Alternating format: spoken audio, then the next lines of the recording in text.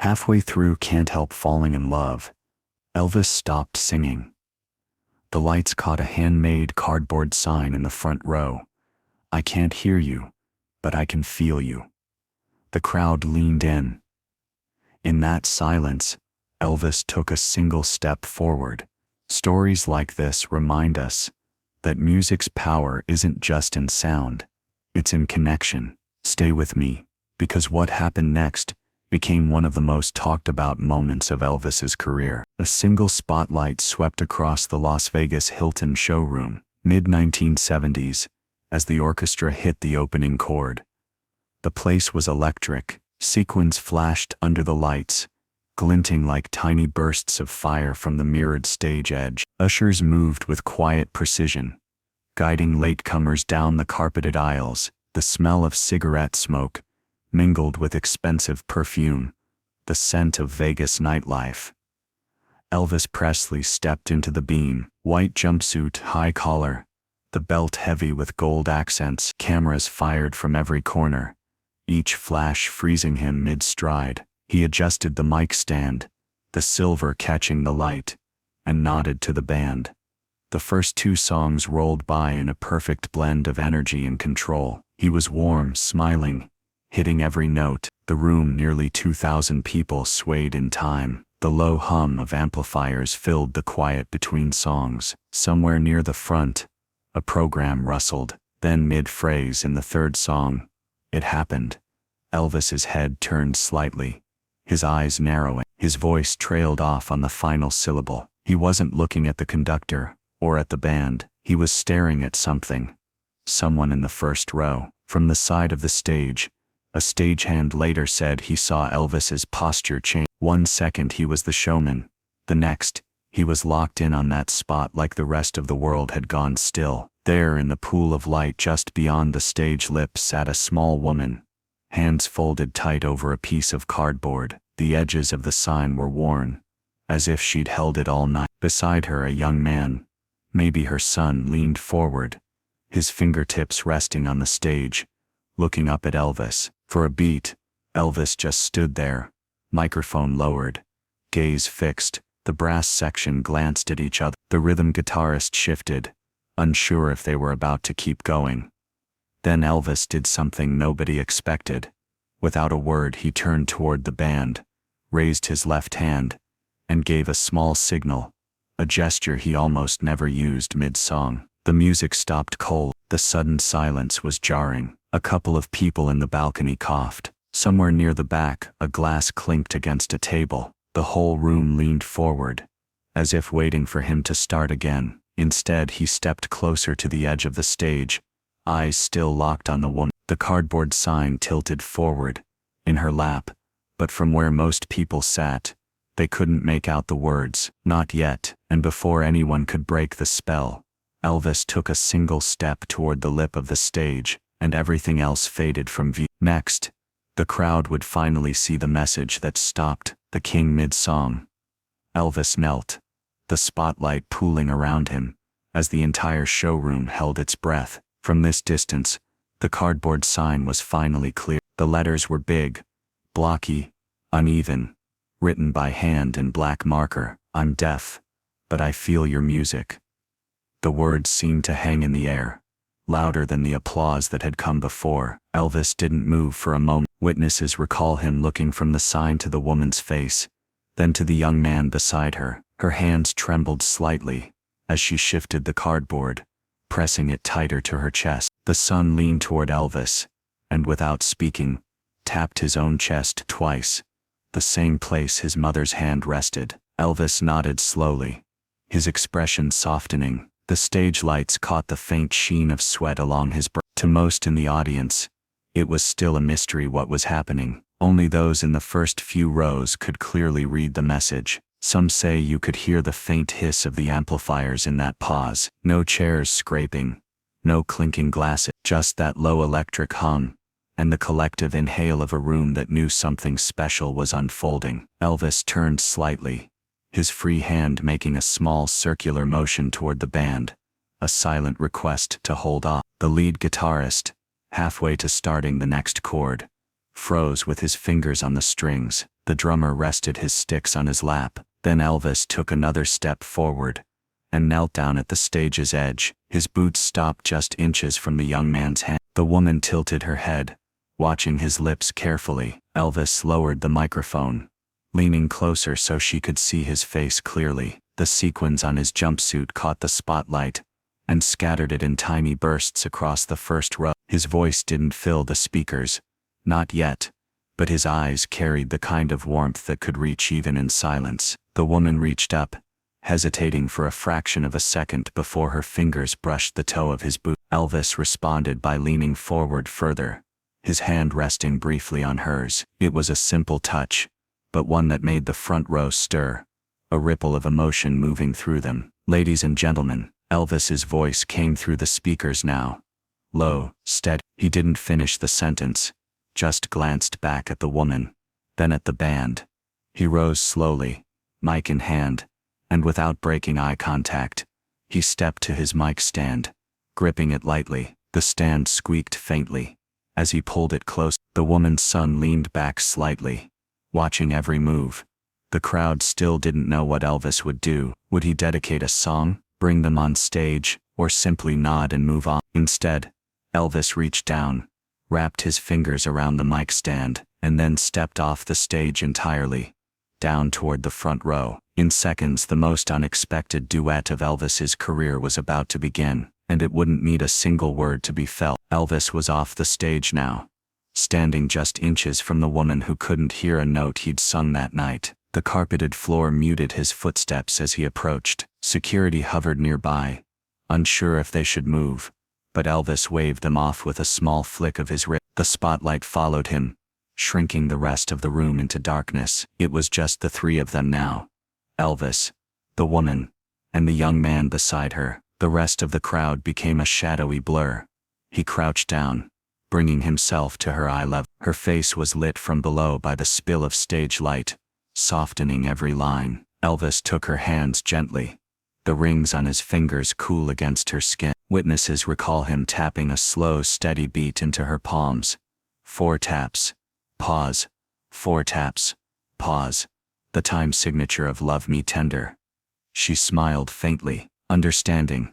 Without raising his voice, Elvis began to mouth the first line of the song. His lips formed each word deliberately, holding them just long enough for her to read them. "Love Me Tender," she followed, her lips moving silently with his. No sound, no band, just the rhythm in her hands and the words in her eyes. Around them the audience was frozen. Some leaned forward, straining to see. Others already had tears in their eyes, caught in the intimacy of a moment they knew they might never witness again. A few bars in, Elvis shifted closer, draping one of his silk scarves over her joined hand. The fabric caught the light, its white turning gold under the spot. He let his hands linger there, warming the scarf before letting it rest in her lap.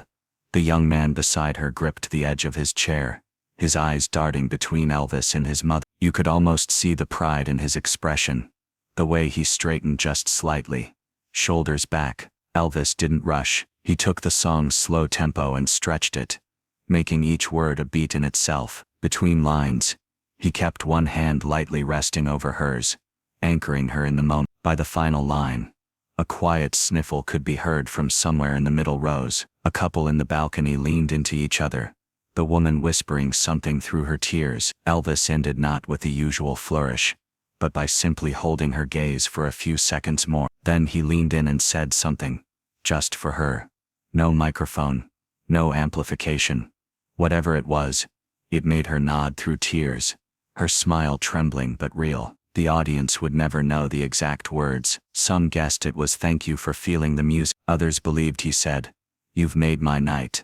Whatever it was, she understood, and it was enough. Elvis stood slowly, giving her hands one final squeeze before stepping back toward the stage. The scarf remained in her lap, her fingers curled over it like it might vanish if she let go. The band was still waiting, frozen at their instruments. Elvis gave a small nod, and the drummer lifted his sticks. But instead of picking up where they left off, Elvis turned back one more time. This wasn't over.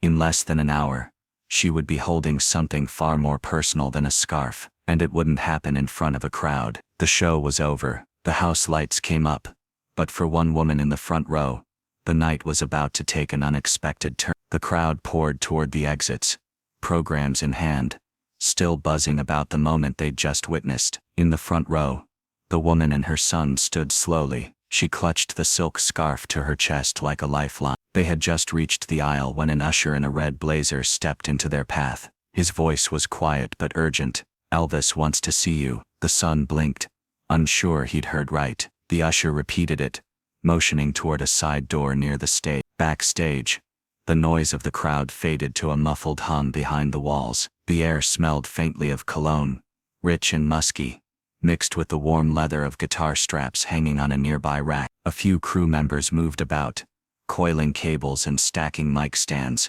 but all eyes tracked the pair as they followed the usher. They turned a corner, and there he was. Elvis stood beside a small table cluttered with water glasses, sheet music and a half-empty cup of black coffee. His jumpsuit was unzipped slightly at the chest now, a sheen of sweat still across his forehead, but when he looked up and saw her, he smiled like the room had just gotten brighter. He stepped forward, hands outstretched, and took hers again. No stage lights this time, no cameras flashing, just the quiet sincerity of a man speaking to another human being. From the table, he picked up a small worn tambourine. Its paint was chipped, the metal jingles dulled from years of use. "This one's from my rehearsal room," he said, his voice soft, "so you can keep feeling the music." Her fingers curled around it immediately, the weight settling into her palms. Witnesses later said she held it as if it were made of gold. The son glanced between them, unable to hide his grin. Elvis added a few more words, something private, low enough that only she could hear. She nodded, tears slipping down her cheeks. They spoke for another minute or two. No rush, just the kind of quiet exchange that doesn't need an audience. Then Elvis squeezed her hand one last time, and stepped back, letting the usher lead them toward the exit. As they stepped out into the cool desert night, the tambourine still warm from his touch, she said nothing. She didn't have to. A week later, the sound of a delivery truck outside would bring something to her doorstep, a gift even more personal than the one she'd carried home that night. 7 days after the show, a knock at the door broke the quiet of a late afternoon. The woman's son opened it to find a uniformed delivery driver, holding a flat cardboard package, carefully marked fragile in bold black letters. He signed, shut the door, and carried it to the kitchen table. His mother stood nearby, the tambourine resting in her lap as always. She tilted her head slightly, watching his hands as he set the package down. He mouthed the words from Elvis, and her eyes widened. They opened it together. Inside, wrapped in layers of brown paper, was a large framed photograph. The image was instantly familiar. Elvis kneeling in the front row, holding her hands under the spotlight. The photo had been taken from just over the guitarist's shoulder, capturing both their faces, hers lit with emotion, his with that unmistakable half-smile. Across the bottom corner, written in bold blue ink, were the words, "You don't need to hear to understand music." Elvis, her hand went to her mouth. The son reached out, steadying the frame so she could trace the letters with her fingertips. The ink was slightly raised, still new, but there was something else taped to the back. The son flipped it over and found an envelope. Inside was a laminated VIP pass, the kind reserved for only the closest friends and family of the band. On the back, in neat block letters, it read, "Valid for any Elvis show. No expiration." The son looked at her, waiting for her reaction. She held the pass in one hand and the tambourine in the other, her fingers tightening slightly on both. According to friends, they talked about it that night, the possibility of using it. She could sit in the front row again, feel the music again, maybe even see him backstage once more. But as the days passed, she made a quiet choice. The pass went into the same frame as the photograph, resting just below the inscription. She placed the frame on the piano in the living room, where the afternoon sun would hit it every day. The tambourine stayed close, in her lap when she watched TV, on the coffee table when guests came over. Neighbors recall that whenever an Elvis song played on television, she'd close her eyes, rest her hands lightly on the tambourine, and smile. Years later, after she passed, the photo and pass remained untouched in the family home. And then decades after that night in Las Vegas, the picture resurfaced, scanned, posted online, and shared by thousands. Fans across the world reacted instantly. Some commented about being in the showroom that night. Others simply wrote that the story proved what they'd always believed. Elvis's greatest gift wasn't his voice.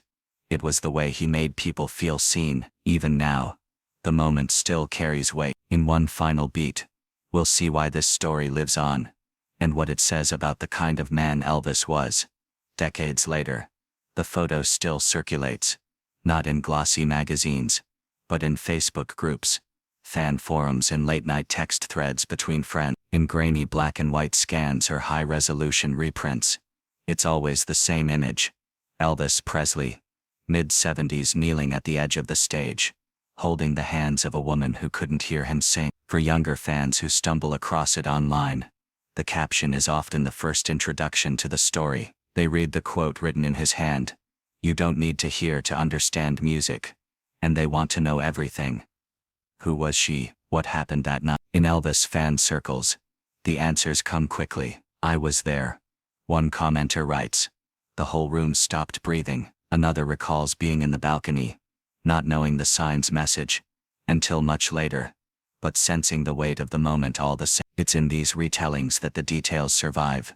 The handmade sign, the scarf warmed by his hands, the private words only she heard, and of course the VIP pass she never used. Some say that choice to keep the pass framed instead of cashing it in is what makes the story hit even harder. She didn't need another show, she had her moment. For the family, the framed photo remained a centerpiece for decades. Visitors would notice it immediately, ask about it, and be told the story in a way that was almost ritual. The tambourine, worn from years of gentle tapping, stayed close by until the very end. In an era before viral videos, this story spread the old way, through people who were there, and people who heard it from someone they trusted. Today it spreads faster, but it's the same at its core. One man noticing the one person in the room who might otherwise go unseen. And that's why it still matters. It's not just about Elvis Presley, the superstar. It's about Elvis, the man who saw a sign, stopped his band, and gave someone the gift of being fully seen and understood. The king didn't just perform that night, he listened. If this moved you, share it with someone who believes music is more than sound, and tell me in the comments, what's one small act of kindness you'll never forget?